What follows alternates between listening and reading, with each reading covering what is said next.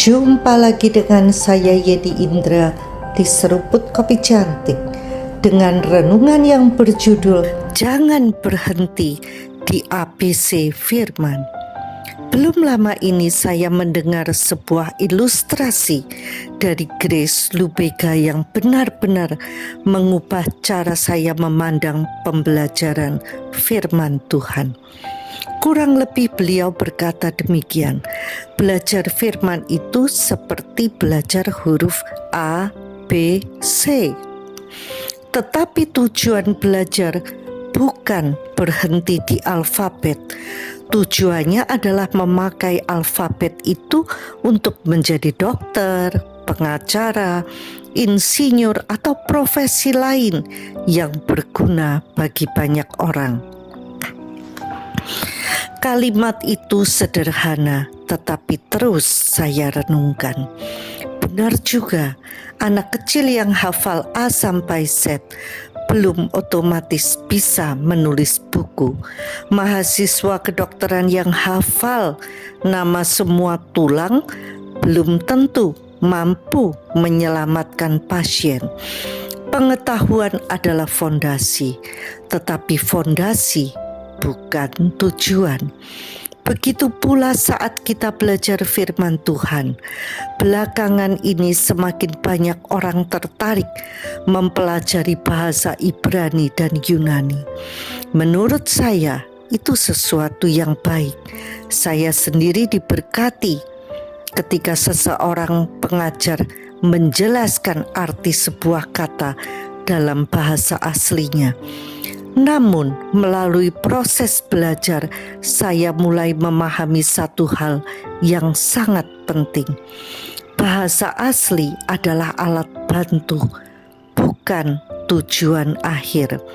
Saya teringat Andrew Wommack pernah mengingatkan agar kita tidak membangun sebuah doktrin hanya dari arti kata satu kata Yunani.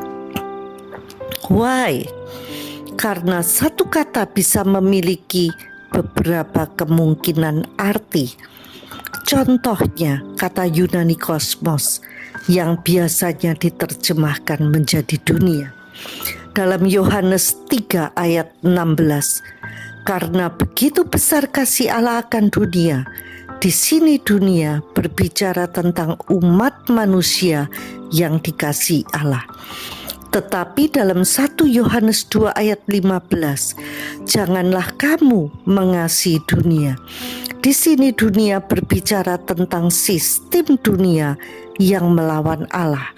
Kata Yunaninya sama, artinya berbeda. Apa yang membedakannya?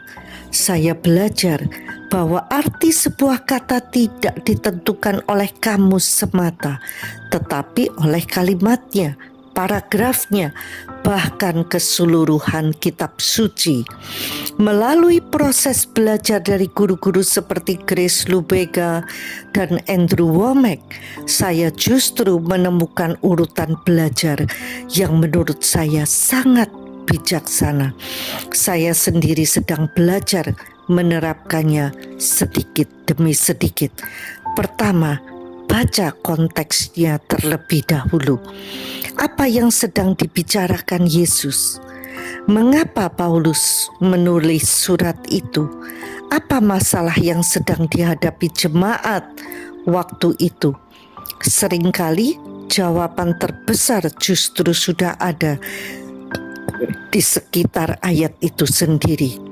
Kedua, bandingkan beberapa terjemahan. Saya belajar bahwa banyak penafsir Alkitab menyarankan memulai dari terjemahan yang lebih literal.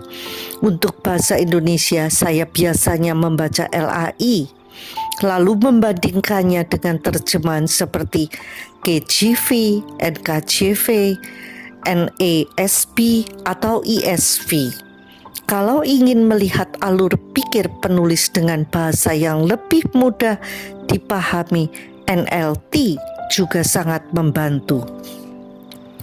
Sesudah itu, The Passion Translation, TPT, atau The Message dapat menjadi bacaan renungan yang memperkaya. Namun karena keduanya merupakan parafrase, sebaiknya tidak dijadikan dasar utama untuk membangun sebuah doktrin. Ketiga, bila memang diperlukan, barulah melihat bahasa Ibrani atau Yunani. Di sini bahasa asli menjadi sangat berharga, bukan untuk menemukan arti baru yang tidak pernah dimaksudkan penulis, melainkan untuk memperjelas apa yang memang sedang disampaikan oleh penulis Alkitab. Bahasa asli adalah kaca pembesar, bukan pencipta makna. Keempat, barulah membuat aplikasi bagi kehidupan. Menurut saya, disinilah kita perlu berhati-hati. Seringkali seorang pengajar mengembangkan sebuah ilustrasi atau renungan yang sangat indah berdasarkan satu kata Yunani. Sebagai ilustrasi, itu bisa sangat memberkati, tapi kita perlu membedakan antara eksegesis dan aplikasi. Eksegesis berarti menggali keluar makna yang memang ada di dalam teks Alkitab. Pertanyaannya adalah, apa yang sebenarnya ingin disampaikan penulis kepada para pembacanya? Sedangkan aplikasi bertanya, bagaimana kebenaran ini saya hidupi hari ini? Keduanya sama-sama penting. Namun jika hasil pengembangan seorang pengajar kemudian dianggap sebagai makna asli ayat, tanpa disadari kita sudah keluar dari maksud penulis Alkitab. Semakin saya belajar, saya justru semakin kagum pada kesederhanaan firman Tuhan. Yesus mengajar para nelayan, Paulus menulis kepada jemaat biasa. Firman Tuhan memang dalam, tetapi tidak ditulis sebagai teka-teki yang hanya bisa dipahami oleh ahli bahasa Yunani. Tujuannya bukan membuat kita berkata, hebat sekali pengajarnya, melainkan membuat kita berkata, betapa luar biasanya Yesus.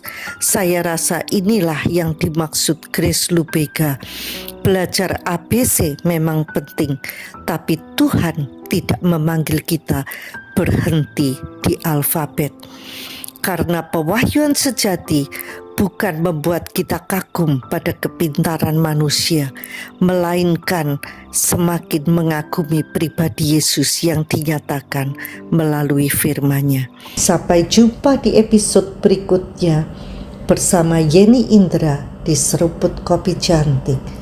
Tuhan memberkati.